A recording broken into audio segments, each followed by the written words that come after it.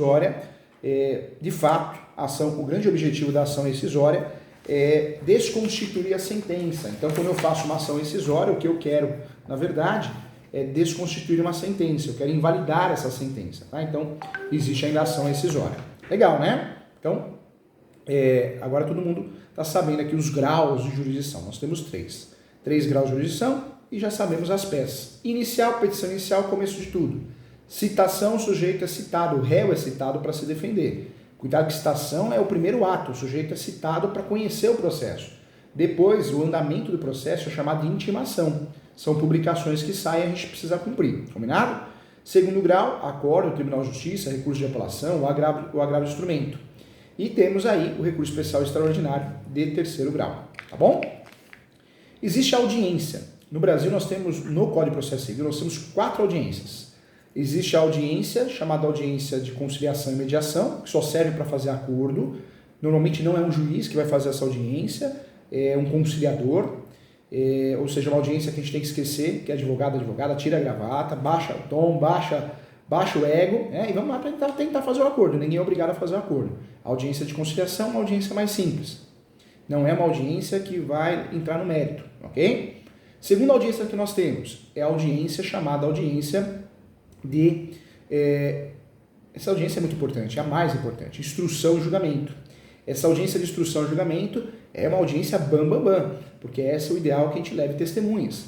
Levamos testemunhas para que sejam ouvidas. Testemunhas vão testemunhar os fatos, né? Prova oral. E as partes, o autor e réu, vão falar nessa audiência também. Tá? Então, a segunda audiência que nós temos. Uma terceira audiência que nós temos no processo civil, no direito civil, é a audiência chamada audiência de justificativa ou justificação. É uma audiência que é marcada, agendada, para o juiz tirar algumas dúvidas, para entender se a posse é velha, a posse é nova. É uma audiência que acontece para que o juiz, o Poder Judiciário, decida se vai dar liminar ou não nas ações processuais. E existe a última audiência, que é a chamada audiência de saneamento. A audiência de saneamento. Essa audiência, na verdade, ela serve para quê? É uma audiência para sanar dúvidas antes do juiz julgar. Então, são 4 audiências que existem na advocacia civil, na advocacia do direito imobiliário, no direito do consumidor. São 4 audiências que podem acontecer. Combinado? Correto? Legal.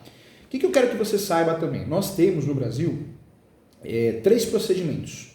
O procedimento judicial, chamado procedimento comum, o procedimento judicial chamado especial e o procedimento judicial chamado procedimento de execução.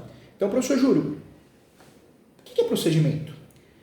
Quando você contrata TV a cabo, você vai escolher o pacote, né? Você vai escolher um pacote de serviços. Você vai escolher um pacote de 200 canais, outro pacote de 100 canais, outro só da TV aberta. Não tem isso. Vai ficando mais caro quanto mais canais. O Poder Judiciário é isso. Quando eu vou usar o Poder Judiciário, eu preciso parar, respirar e ver para onde eu vou. Qual procedimento eu vou usar? Nós temos 3. Procedimento comum é o mais usado. Procedimento comum. Procedimento comum é aquele mais usado, mais demorado, porque o outro vai ser citado, vai apresentar uma contestação, uma defesa.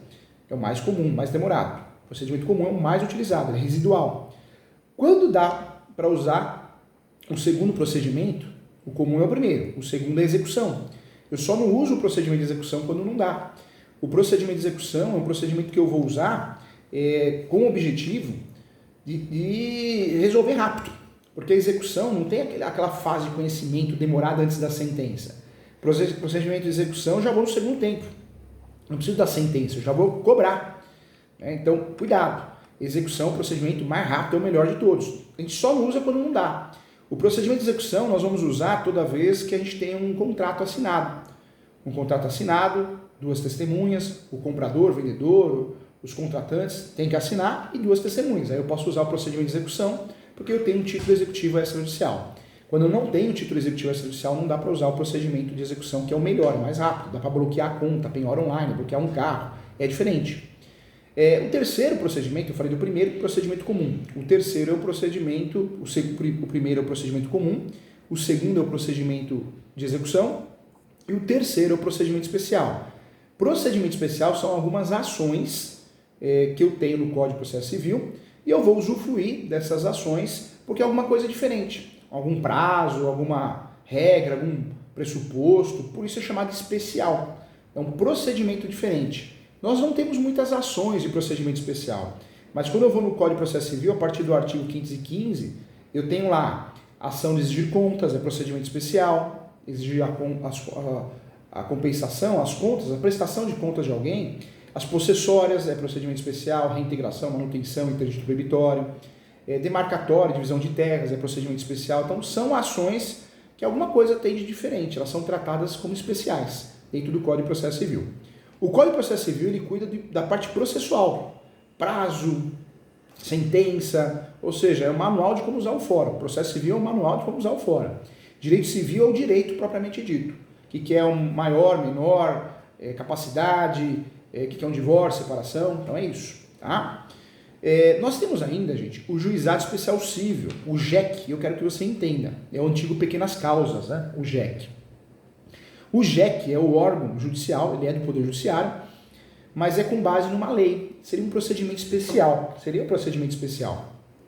A Lei 9.099, Lei 9.099 de 95, tem como principal objetivo analisar e julgar ações menos complexas, que não superem o valor de 40 salários mínimos. Então eu posso usar o Juizado Especial Cível, desde que não ultrapasse o valor da causa.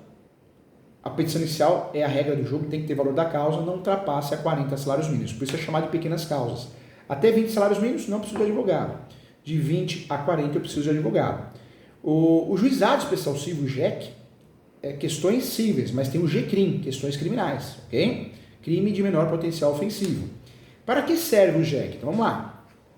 O Juizado Especial JEC, o Pequenas Causas, antigo Pequenas Causas, é um órgão de importância para a solução de demandas decorrentes de relação de consumo, relações de consumo.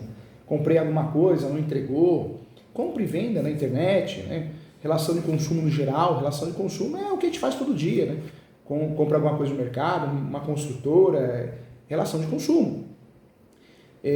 O JEC, o Juizado Especial Cível, ele trata muito dessas relações de consumo, mas também em caráter de exceção de outras situações, né, como locação, também trata disso. Bater no teu carro, você precisa contratar um advogado se o valor que você quer cobrar daquela pessoa que bateu é menor que 20 salários mínimos, então dá para trabalhar nesse sentido. Quais causas, né, podem ser solucionadas no JEC? Podem ser solucionadas no JEC, pequenas causas que não ultrapassem o valor de 40 salários mínimos, vigente, nacional, não é estadual. Ou seja, caso o pedido seja superior a 40 salários mínimos, a parte interessada tem duas opções. Ou reduzir o valor da causa, da pretensão, né, no valor limite, no sentido de que não exceda o limite, o valor máximo de 40 salários mínimos, ou contratar um advogado para representá-lo e ingressar com uma ação que ocorrerá na Justiça Comum, fora do JEC. Tá? Onde deve ser proposto o processo no Juizado Especial Cível? O processo, gente, no Juizado Especial Cível, pequenas causas, ele deverá ser proposto no domicílio do consumidor ou do réu. Tá? A escolha do consumidor, de acordo com o artigo 101, inciso 1 do Código de Defesa do Consumidor, ele que vai escolher o JEC mais próximo da casa dele ou onde está localizado o réu. No caso, né, no estado de São Paulo, Pernambuco, os processos referentes às relações de consumo que não ultrapassem a 40 salários mínimos podem ser distribuídos junto aos fóruns, né? E acontece em outros lugares também. No sistema, você vai mandar direto para o JEC. Quando você não tem advogado, vai lá no próprio JEC, no Juizado Especial Cível, e você faz isso lá. Tem Juizado Especial Cível até conveniado à faculdade, né, gente? Tem sim, ainda tem, já teve muito mais. Outra pergunta que é comum: quem pode ajuizar uma ação perante o Juizado Especial Cível? Então, podem ser autores de uma ação proposta no Juizado Especial Cível as pessoas físicas maiores de 18 anos. Então, anote aí. Pode propor uma ação no Juizado Especial Cível pessoas físicas, naturais, maiores de 18 anos. Essa é a regra. Mas tem exceções. A exceção às microempresas, associações cíveis de interesse público e as sociedades de crédito ao microempreendedor. Então, caráter de exceção, empresa pode, microempresa, tá? Não dá pra errar, hein? Legal, né? Tomar aguinha.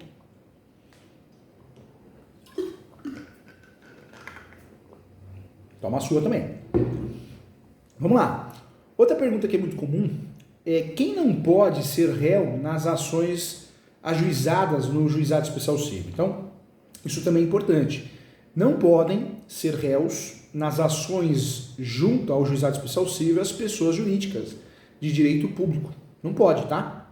Então, não podem ser réus nas ações junto ao juizado especial civil. Eu não posso usar o pequenas causas contra pessoas jurídicas de direito público. União Federal, Banco Central, as empresas públicas da União, Caixa Econômica Federal, dentre outras também. Tá? Então, atenção em relação a isso é importante também.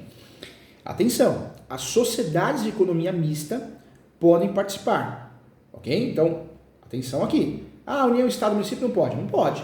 Mas as sociedades de economia mista podem participar sim. Exemplo, o Banco do Brasil, Caixa Econômica. Tá? Então, tem exceções aí. Eu preciso de advogado? Então, volto nesse assunto de novo. O acompanhamento de um advogado nas pequenas causas, né, o juizado especial civil, não é obrigatório até 20 salários mínimos. Não é obrigatório nas ações com valores inferiores a 20 salários mínimos nacionais. Passou de 20 até 40 é obrigatório. Portanto, o consumidor pode ingressar diretamente com uma ação no juizado especial civil sem advogado, desde que não ultrapasse a 20 salários mínimos. 200 seria muito, hein? Isso é importante isso. E também eu trago para você que assim nas ações onde o valor supere os 20 salários mínimos, a presença de um advogado é obrigatória, de fato, né?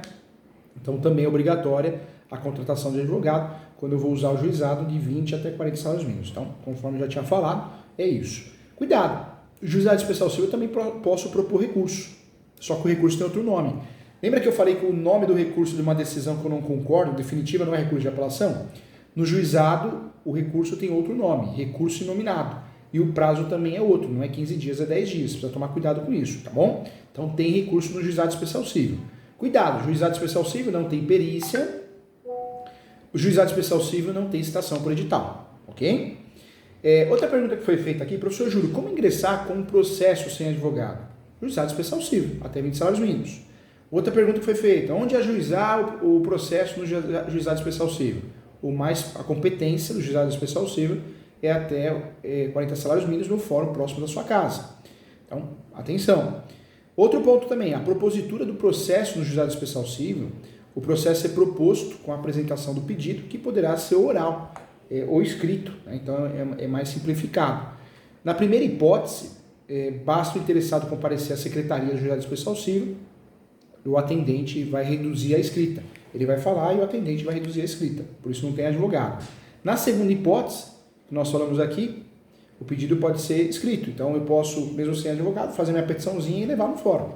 Então o interessado pode comparecer no juizado especial civil munido da ação que será protocolada e devolvida ao autor. Tá? Então também isso é importante. Os pedidos, gente, sempre deverão constar nome, qualificação, é a regra da petição inicial, toda petição inicial tem que ter isso. Nome completo, qualificação, que é brasileiro, estado civil, profissão, etc. E o endereço das partes, mais o e-mail. Fatos são os fatos do que ocorreu, um resumo do que ocorreu. Fundamentos jurídicos é o artigo que você está usando para o processo e o pedido é o que você quer, de forma sempre sucinta, resumida. O objetivo, né, também tem que aparecer ali na ação, o objetivo, o que você pretende com a ajuda da justiça. E o valor da causa não pode faltar também, tá? O valor da causa também não. As provas no juizado especial civil, gente, também é outro assunto importante. O interessado ele deve anexar, junto ao seu pedido, cópias de todos os documentos relativos ao caso, tais como os recibos, notas fiscais, contratos, orçamento, etc. Se existir testemunhas, o interessado também deve informar no juizado especial civil seus nomes e o endereço também, respeitando o limite máximo de 3. Juizado especial civil, 3 testemunhas, tá? Dá para levar na audiência de instrução e julgamento. Nas outras audiências, precisa tomar cuidado, porque na justificativa eu posso levar testemunha também. Na audiência de seriamento, em regra, não. E audiência de conciliação, não há que se falar em testemunhas, tá? Caso o interessado tenha receio de comparecimento espontâneo da testemunha na audiência, o mesmo pode solicitar à secretaria que sejam intimadas no prazo de 5 dias antes da audiência, tá bom? Isso é importante. A audiência pode ser presencial ou online, ou seja, o sistema do TJ, cada estado tem o seu, manda lá o link, você entra, acessa e consegue fazer audiência online, que eu acho perfeito. Na minha opinião, não devia mais existir audiência presencial, a não ser na criminal. Mas acho que a audiência presencial só perde tempo, gente. Só perde tempo na área civil, né? E consumidor também. A audiência de conciliação no juizado especial civil, entrando um pouquinho nela, assim que ocorre, de fato, a distribuição do processo, ou do entrada no processo, será marcada a data da audiência de conciliação. E na audiência de conciliação, o conciliador esclarecerá as partes sobre a vantagem de fazer conciliação. Existindo acordo entre as partes envolvidas, o conciliadora, o mesmo, será feita uma ata, e essa ata será homologada, o acordo, o juiz vai homologar, né? O juiz de direito vai homologar e essa ata homologada, ela constituirá a sentença definitiva. Então, ou seja, por sentença definitiva, entende-se que a sentença que não poderá mais ser alterada e que não admite a interposição de recurso porque resolveu ali. Atenção, ponto importante que eu quero que você saiba aqui no curso e na aula. É obrigatório a presença do autor na audiência de conciliação? Sim. Caso mesmo não compareça na audiência, o processo será extinto, tá? Então, eu sou autor, eu contratei advogado, não preciso ir. No juizado será extinto. O resultado, há resultado para o réu que não comparecer na audiência, então o autor, o processo será extinto no juizado. Se o réu não aparecer na audiência de conciliação do juizado especial civil, acontece a chamada revelia. O que é a revelia? Fica com razão o autor, não que ele ganhou o processo, não é isso, o processo vai ser analisado, mas leva uma grande vantagem, ocorreu a revelia, não teve interesse em se defender, prevalece, existe uma presunção que o autor está falando a verdade, ou seja, os fatos narrados pelo autor serão considerados verdadeiros, salvo se o contrário resultar de convencimento do juiz e a sentença será proferida imediatamente, pode ocorrer antecipação da sentença, tá? Então isso é importante também. Audiência de instrução e julgamento, gente, no juizado especial civil.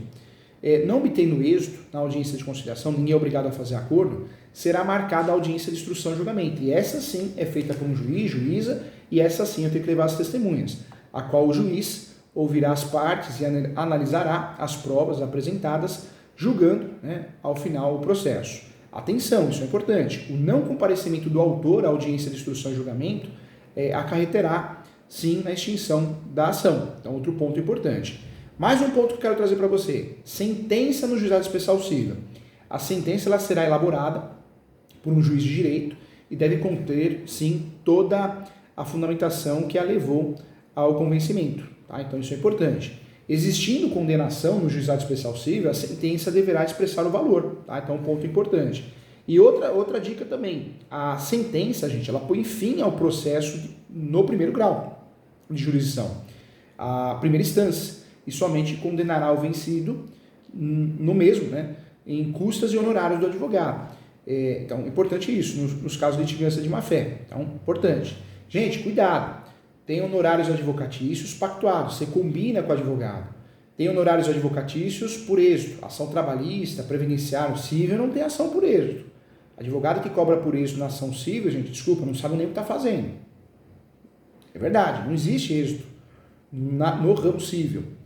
Quando você perde a ação, se não tem justiça gratuita, você tem que pagar sucumbência para o advogado que ganhou, que pode chegar a 20%. Então, sucumbência tem que ser explicado, tem que saber o que é. Honorários de sucumbência, honorários que você paga ao advogado que ganhou a ação se não tem justiça gratuita. Se tem, não há que falar em sucumbência.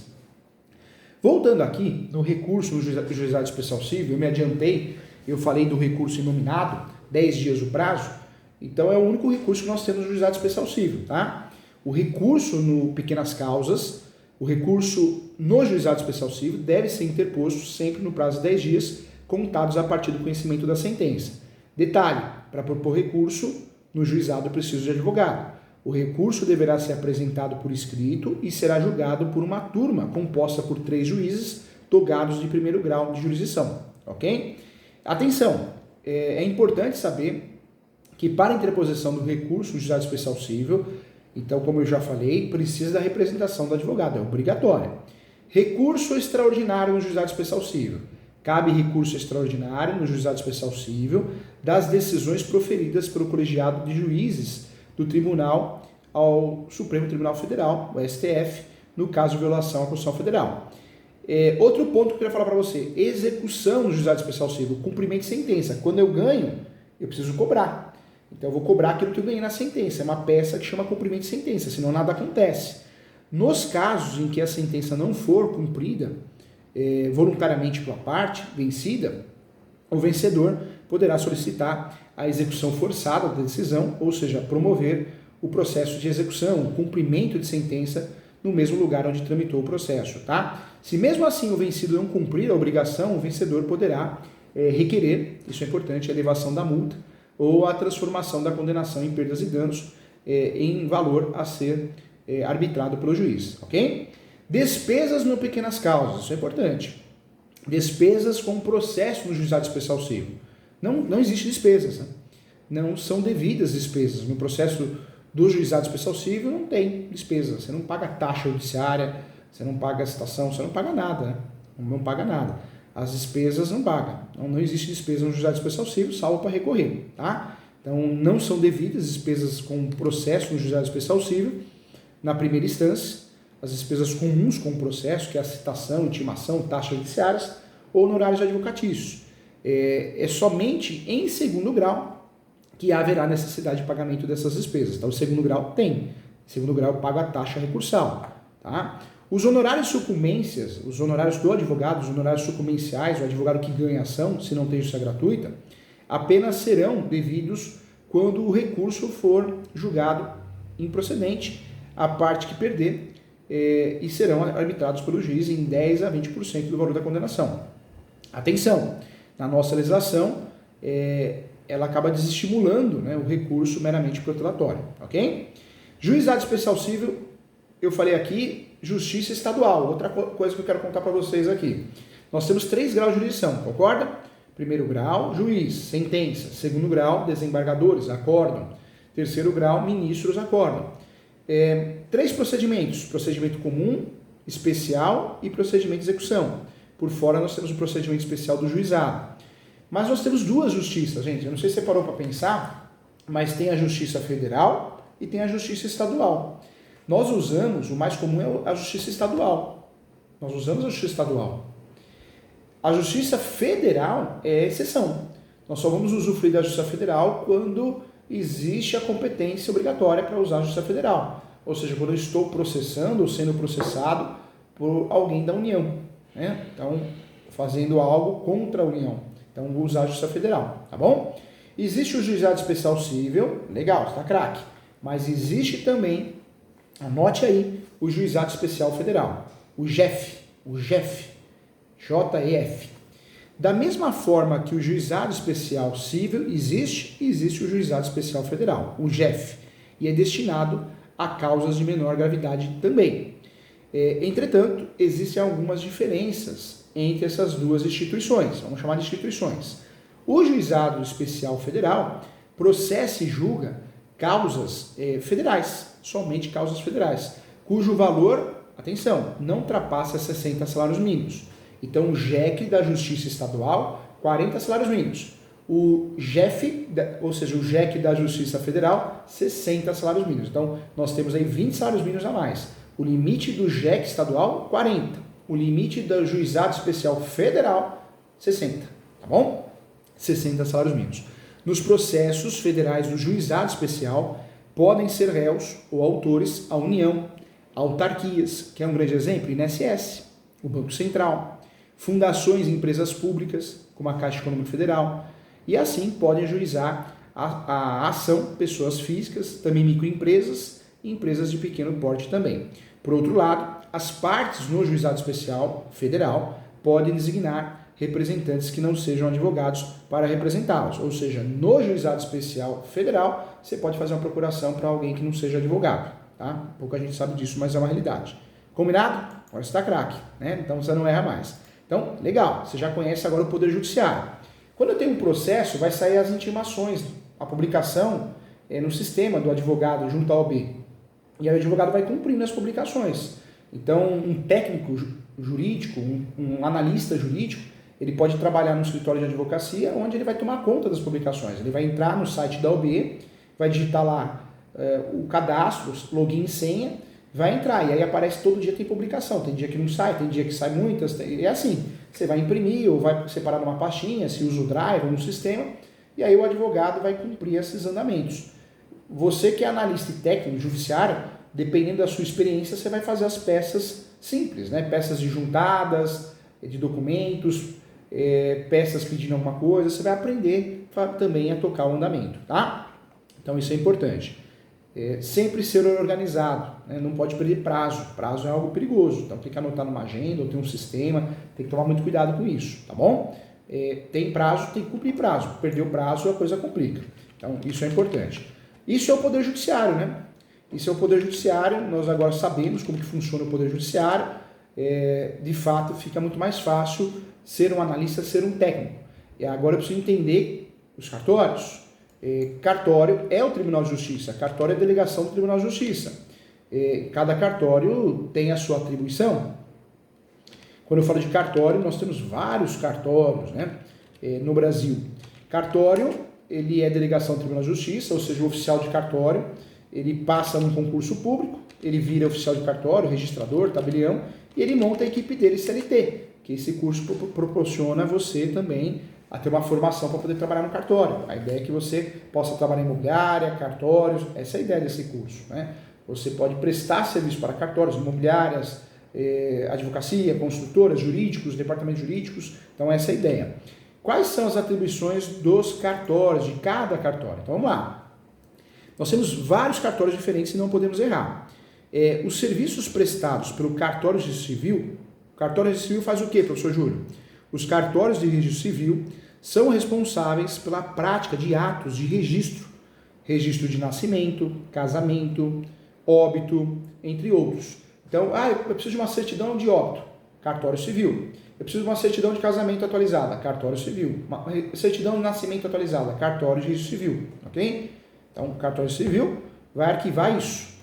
Certidão é pública, todo mundo tem acesso à certidão, hein? Não é só a parte, só consigo a certidão minha com o meu RG e CPF. Não, é pública. Qualquer pessoa pode ir lá solicitar, lembrando que hoje a gente faz tudo pela internet. Além dessas certidões, né, desses cuidados registrados que o cartório tem de registro civil, ele também cuida das averbações, anotações e fornecimentos também de certidões desses atos, ok? Então não dá para errar. Combinado? Não dá para errar. Vamos lá, outro ponto aqui também.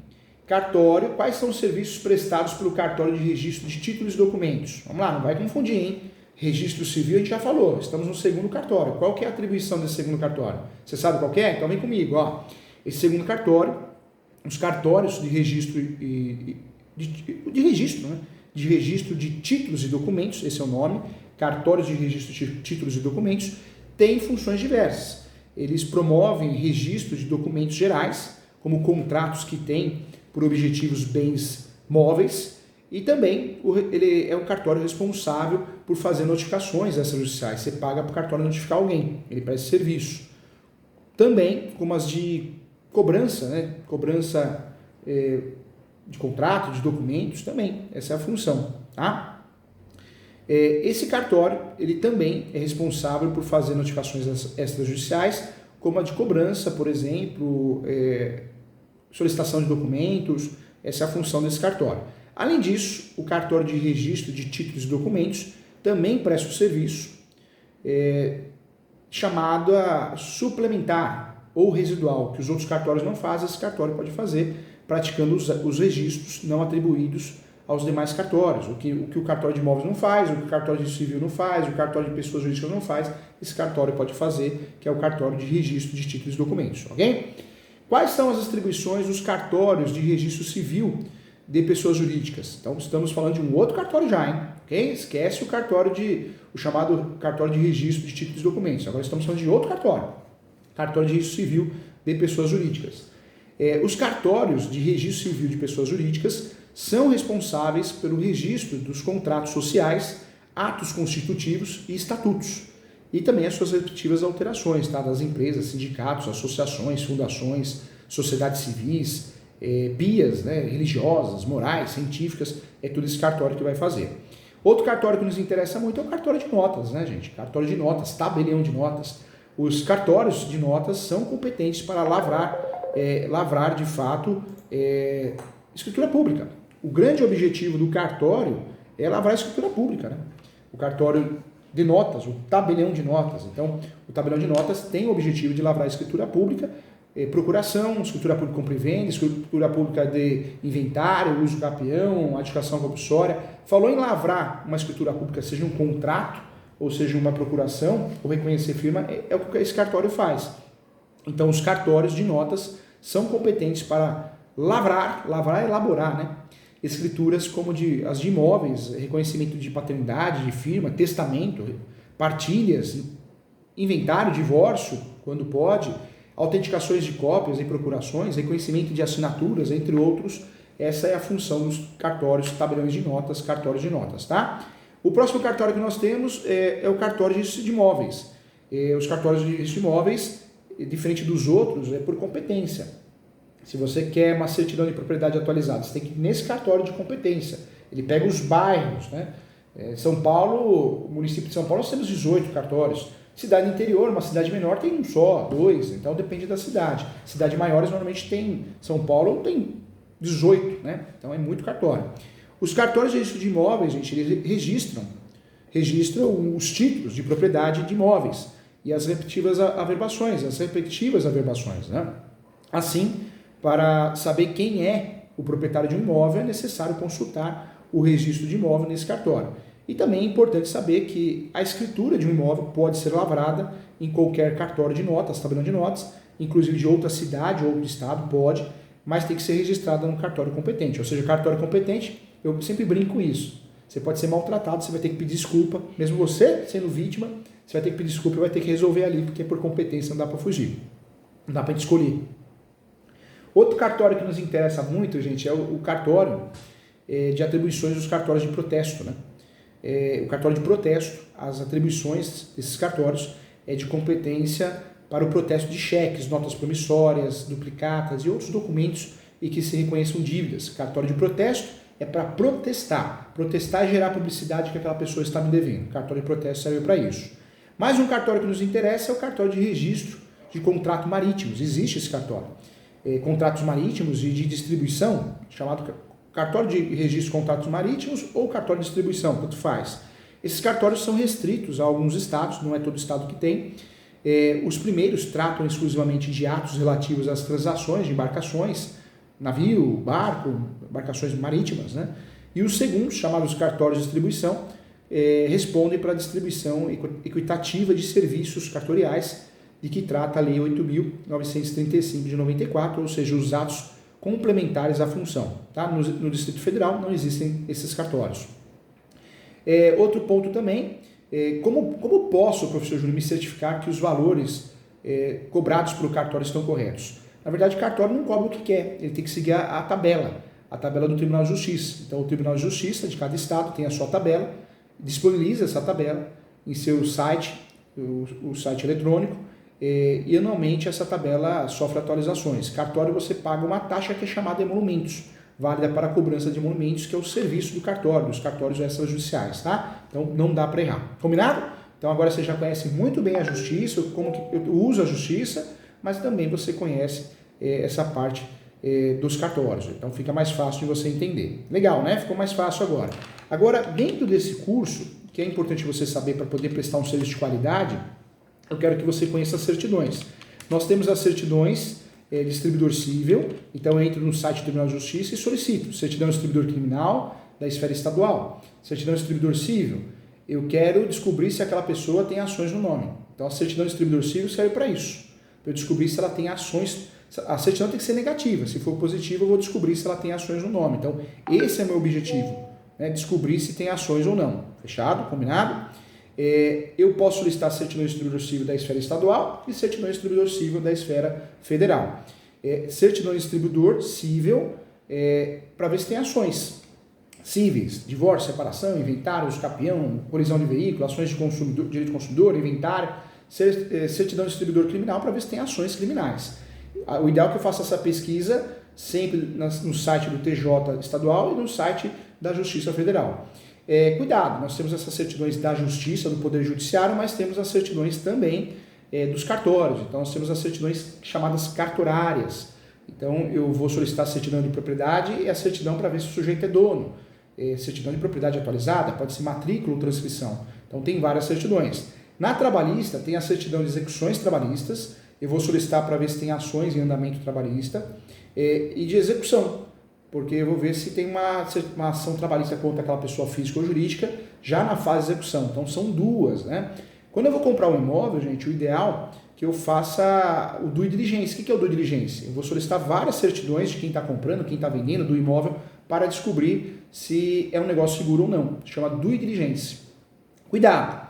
Quando eu falo de certidões, existem as certidões também da União, certidão negativa da União, certidão negativa do Estado, certidão negativa do município, né, da prefeitura, porque eu preciso solicitar essas certidões para provar que o meu cliente, aquela pessoa, eu não devo para o Estado, não devo para a União, não devo para o município. Hoje é muito fácil solicitar certidão.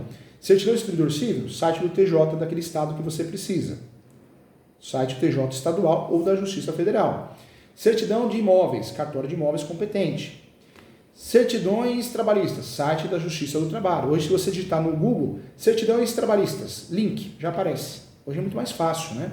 Então não tem como errar, tá? Certidão negativa da União, já aparece o link. Certidão negativa no Google. Certidão negativa estadual, já aparece o link da Procuradoria para você solicitar. Certidão negativa municipal, já aparece o link para você solicitar. As certidões negativas de débitos é para provar que a certidão é negativa, ou seja, não é positiva porque não tem débitos, tá? Então, fácil e simples assim, ok? Quando eu falo de certidões, então, tem muitas certidões, hein? Que a gente pode solicitar para uma transação imobiliária. Certidões são públicas, qualquer pessoa pode solicitar. Qualquer pessoa, é um direito da pessoa solicitar no nome de terceiro, inclusive. Então, não é nada feio, nada grave, tá bom? No cartório de imóveis, gente, nós temos prazo e validade dessas certidões. O prazo legal para a emissão de certidões é de 5 dias úteis. Tá? O cartório tem 5 dias úteis, isso aparece na lei, né? Na lei, no artigo 19, a certidão será lavrada em inteiro teor, em resumo, ou relatório, conforme quesitos e devidamente autenticada pelo oficial em 5 dias úteis. Tá? Então tem isso, o prazo da solicitação. A validade da certidão imobiliária é de 30 dias. A certidão tem prazo de validade de 30 dias contados da data da emissão, que consta, né, no carimbo do cartório, e esse prazo está previsto no decreto 93, anote aí, 93.240 de 86. Tá? Então, a certidão de propriedade tem validade, sim, tem validade de 30 dias. Outra certidão que nos interessa muito é a certidão atualizada, estou falando das certidões no cartório de imóveis, tá? É a certidão atualizada também de escritura pública. Eu posso solicitar uma certidão atualizada para verificar se consta uma escritura pública naquele cartório. Essa certidão ela é utilizada no mundo dos negócios imobiliários, mas eu vou solicitar no tabelião. Tipos de certidões no cartório de imóveis. Tem a certidão de matrícula, de inteiro teor e ônus, de ações repercutórias. Essa certidão de matrícula, ela tem o objetivo, ela contempla a emissão da cópia da matrícula do imóvel. Todo imóvel tem matrícula. Todo imóvel tem um RG, essa certidão tem esse objetivo. Essa certidão inteiro e teor, onde será certificada a existência ou inexistência de ônus, de ações naquela matrícula. Tá? Existe a certidão de matrícula pura, de inteiro e teor. Essa certidão ela contempla o registro lavrado após 76. Antes de 76 é transcrição, mas é a mesma coisa, que nem SIC e RG. É através dessa certidão que é possível obter a reprodução integral e fiel das matrículas efetuadas no livro 2, registro geral do cartório de imóveis. A certidão de propriedade, eu posso pedir uma certidão de propriedade no cartório de imóveis. Essa certidão de propriedade tem por finalidade informar a existência de imóveis e direitos reais em nome de determinada pessoa física ou jurídica. Ela pode ser requerida também, tem o objetivo de provar a propriedade. E aí tem a certidão de registro auxiliar, que eu posso solicitar no cartório de imóveis. Essa certidão é a reprodução integral e fiel do que consta no cartório. Tem a certidão de registro auxiliar por quesitos, são perguntas que eu posso fazer ao cartório. A gente não precisa guardar tudo, porque a gente pode perguntar para o cartório. Eu preciso de uma certidão que resolva esse meu problema. E o cartório, eles são consultores, eles têm que orientar, né? Existe a certidão chamada certidão de registro do imóvel, que essa certidão é utilizada para os interessados que querem buscar localizar registros de um determinado imóvel a partir do indicador real, a partir da quadra, lote, bairro. Eu posso pegar seu RG CPF e posso tentar no cartório levantar o que você tem no seu nome. Eu consigo, né? Tem a certidão de transcrição, ou seja, são documentos arquivados no cartório da propriedade antes de 76, já tinha falado sobre isso. A certidão de ônus reais e repercutórias, que é uma certidão que tem o objetivo de indicar penhoras, bloqueios, né, registros também na matrícula. Tem a certidão de documentos arquivados, então eu quero uma certidão para ver se tem uma planta e menor descritivo arquivada no cartório. Planta do imóvel, menor descritivo, uma convenção condominial, essa certidão que eu vou usar. Cuidado, hein? Você vai ouvir muito falar sobre a certidão vintenária. Podemos pedir uma certidão vintenária no cartório de imóveis. E você não pode passar vergonha, porque você é técnico, analista, consultor, não pode passar vergonha, você tem que saber o que você está falando. O que é a certidão vintenária? Então vamos lá. A certidão, gente, a certidão vintenária é a certidão que informa a situação do imóvel num período de tempo retroativo a 20 anos, contados da data do último registro, a verbação constante da matrícula ou da transcrição, tá? É uma certidão muito comum.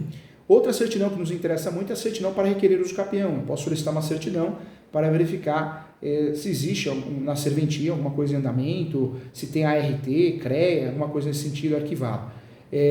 Então, são várias certidões que nós podemos usar, solicitar para ajudar o nosso cliente, e agora você sabe quando usar essas certidões, tá? Então, não dá para errar mais. Então, certidão de matrícula, certidão de transcrição, certidão vintenária ou vintenária ou quinzenária, tem as duas, certidão de ônus e certidão de ações, certidão de pesquisa de bens, certidão de dados cadastrais do imóvel, certidão negativa de débitos imobiliários, certidão conjunta de débitos e tributos imobiliários, certidão negativa de taxa de lixo, certidão de compra e venda. Então, hoje nós conseguimos solicitar isso com muita facilidade, tudo pela internet, né? O próprio Google já te dá o link, já facilita muito, então já te ajuda muito. Então, legal. Então agora você conhece, você sabe onde está pisando, tanto no Poder Judiciário quanto nos cartórios. Isso é muito importante.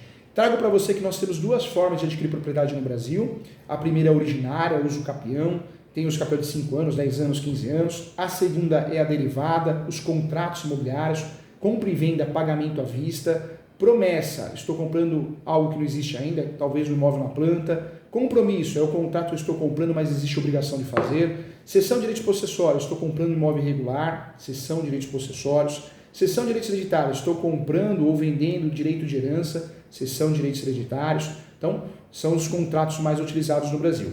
Cuidado, menos que 18 anos, o sujeito é incapaz para usar o fórum, para fazer negócios jurídicos, para assinar contrato, procuração.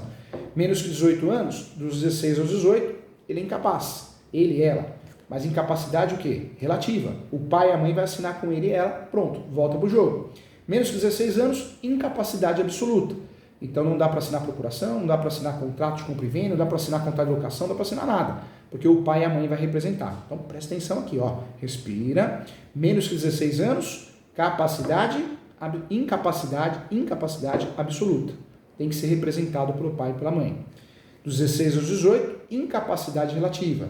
O pai e a mãe vai assinar com o menor, tá? Então, fica atento em relação a isso. Existe, gente, né, a incapacidade, ela tem que ser suprimida, de um jeito ou de outro. Agora existe a figura da emancipação.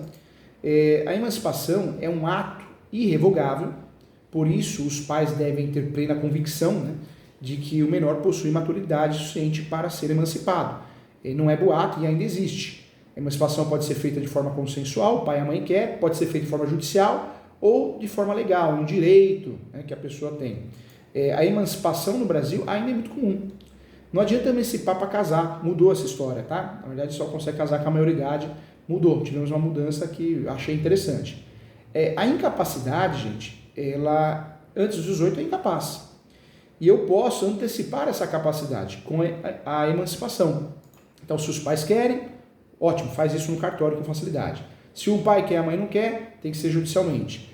E é possível, conforme artigo 5º, que o próprio incapaz procure regularizar essa situação quando ele tem um exercício de emprego público efetivo, colação de grau em curso superior.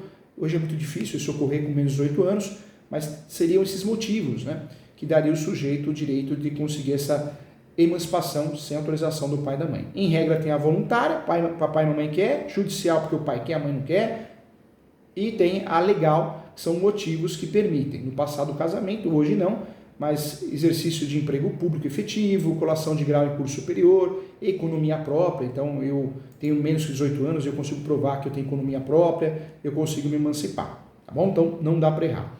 Legal, né? Então agora acho que você está preparado, sim, para assumir um cargo de analista de serviços jurídicos, técnico de serviços jurídicos, técnico, analista, auxiliar em cartório, porque você tem noção, né? Você tem noção, você vai falar a mesma língua. Claro que muita coisa você vai aprender no dia a dia, na prática, estudando, exercendo, mas é o básico, né? É o básico que você precisa saber. Quero também trabalhar com você aqui que o direito civil cuida do direito privado, os nossos direitos, né? Direito de família, cuida das relações de família, divórcio, separação, união estável, ação de alimentos, é direito de família, execução de alimentos, é direito de família, revisional de alimentos, guarda, visita, é direito de família. Direito consumidor, relação de consumo, comprei, vendi, do outro lado tem que ter um fornecedor de produtos e serviços, né? Então eu estou falando de uma situação onde tem um fornecedor de produtos e serviços, ou seja, alguém que pode ser CPF ou CNPJ, mas ele vende todo dia.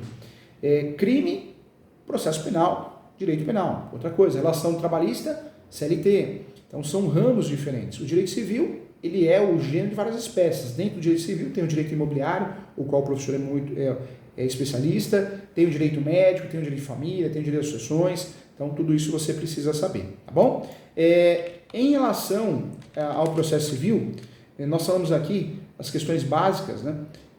Tenho certeza que agora você consegue sim se virar muito bem. O Código de Processo Civil é o código que vai tratar das relações processuais, eu sempre brinco, mas é uma realidade. O Código de Processo Civil vai tratar, é um manual como funciona o fórum, o que o juiz, as partes devem fazer. O direito civil cuida do direito propriamente dito, né? Então são situações diferentes. Nós temos a jurisdição voluntária, ou seja, o processo, nem todo processo tem briga, um divórcio consensual não tem briga, são até amigos. Então eu só peço uma homologação, jurisdição voluntária. Tem processo que eu tenho que pedir a citação do outro, ele é litigioso. Então o processo pode ser jurisdição voluntária, não tem briga, mudança de nome, não tem briga, uso capião, não tem briga. E ele pode ser litigioso, contencioso, ou seja, tem briga porque eu estou citando alguém, tá? A ação, gente, é o pedido que eu faço ao Estado, a intervenção do Estado para efetivação, né, no meu direito. Então esse é o objetivo. Para fazer uma ação, tem que ter condições da ação, ou seja, a legitimidade das partes. Mais que 18 anos, se tiver menos que 18 anos, pode, mas tem que ser representado ou assistido, igual um contrato. Em regra, tem que ter vontade de agir, vontade de processar alguém. Eu só posso processar alguém que bateu no meu carro. A minha irmã bateu o carro, o sujeito bateu no carro da minha irmã, eu quero processar essa pessoa. Não, você estava dirigindo? Não, era ela. Então você não tem legitimidade, porque você não era dono do carro e nem passou pela situação. Então, para processar alguém, eu tenho que ter legitimidade, tá? Então, legitimidade, condição da ação, elementos da ação, né? Então, isso é importante lembrar. As partes têm deveres, né? O processo a gente tem que atuar sempre com boa fé, não mentir, não induzir a erro, isso é importante. Procuradores são os advogados. Tem casos que eu preciso incluir, se é casado, marido e mulher, é o litisconsórcio necessário, então a esposa, nas ações imobiliárias vai, o marido tem que aparecer na ação. Existe a chamada intervenção de terceiro, então tem o autor e réu aqui, eu sou terceiro, mas vou ser prejudicado, eu entro como intervenção de terceiro, nomeação, autoria, denunciação à lide, são formas que eu posso entrar no processo, chamamento ao processo, então existe. Tem processos que têm a participação obrigatória do MP, do Ministério Público, dentro desses processos mais comuns do capião, direito de família, tem a participação do MP obrigatória, ele vai se manifestar, né? Então isso é importante também. Quando eu falo de feriados forenses, a regra é que para os atos não sejam praticados os feriados forenses, tá? O prazo, se não houver previsão legal, a lei diz que os prazos omissos devem ser praticados em 5 dias. Então, quando você faz alguma coisa no fórum, o juiz tem que responder em 5 dias, quando é omisso, né, o despacho do juiz. A contagem dos prazos processuais com o novo CPC exclui-se o dia do início e inclui o dia do final. No caso do dia do início ou fim cair em final de semana, sábado, domingo, em feriado, ou em dias em que não haja expediente forense, os prazos são prorrogáveis para o dia útil subsequente. Tá? Então, os prazos processuais não são contados de forma mais corridas, mas em dias úteis. Então, também é importante lembrar também para você não esquecer. Legal? Citação nós falamos, em regra por correio, pode ser por oficial de justiça ou recolho a diligência, pode ser por edital, é sempre feita a citação por edital quando o réu se encontra em local incerto e não sabido. ou quando os outros atos para a citação não tiverem produzido os efeitos necessários, existe a citação por hora certa, o oficial de justiça vai lá, bate palma e fala, olha, eu estou achando que você está se escondendo, né? Você não, né? Para alguém, para um vizinho, avisa ele ou ela que eu vou voltar amanhã, se ele falar que não está, ou ela, eu vou dar como citado. Então existe a citação por hora certa. Não confunda a citação com intimações. Intimação é a chamada para responder alguma coisa no processo. Citação é a primeira vez que eu fico sabendo do processo, então cuidado, tá? Pode ocorrer a suspensão do processo em diversas situações, morte, doença, pode ocorrer sim. O réu tem o direito de defesa, é um direito constitucional, então isso é importante falar, o direito de defesa. Se não vai na audiência, se não se defende ou acontece a revelia, a contestação pode ser feita e dentro da contestação podemos ter uma reconvenção, que é o contra-ataque. Em relação às provas, existem provas orais, falada. A pessoa fala, depoimento pessoal da parte, testemunhas falam, então provas orais. E existem as provas documentais. Prova documental, todo e qualquer tipo de prova que eu consiga pegar, ver, prova documental, em sentido estrito, pericial, inspeção judicial do juiz, o juiz vai até o local, difícil acontecer, mas é uma prova documental, a ata notarial é uma prova documental, tá? Então não dá para errar. Quando alguém falar alguma coisa para você de coisa julgada, não cabe mais recurso. Liquidação de sentença, cumprimento de sentença é cobrar aquilo que eu ganhei. Título executivo extrajudicial é um documento que eu tenho que eu faço num processo de procedimento muito mais rápido, execução, conforme nós já falamos. Então, tudo isso você tá craque, não dá para errar, tá bom? Legal, fico muito contente aqui, acho que valeu muito a pena essa aula. Essa aula, a intenção é abrir seus olhos para você ver como funciona, para que você possa exercer a profissão de forma avançada, um curso avançado para você exercer a profissão de técnico em serviços jurídicos e notariais. Ou seja, para abrir portas para você trabalhar no escritório de advocacia, no jurídico, numa imobiliária, para abrir portas para você trabalhar no cartório, seja de qual atribuição for, tá bom? Então, a ideia é essa. Parabéns para você, fico muito feliz que você tenha feito esse curso aqui comigo, essa aula. Tem perguntas aqui? Hoje não. Então, tá aparecendo para você aí, se você quiser entrar em contato comigo para mentorias, consulta, entre em contato, mentorias e consultas, tá? O WhatsApp do escritório é o 11 97685 3891. E o fixo é o 2061-5649, tá? Pode entrar em contato nas redes sociais também, no Instagram, e venha fazer minha pós-graduação. Se você quer fazer a pós-graduação de Direito Imobiliário, regularização de imóveis, entre no site www.portaliso.com. Um abraço e até a próxima aula. Gente, muito obrigado.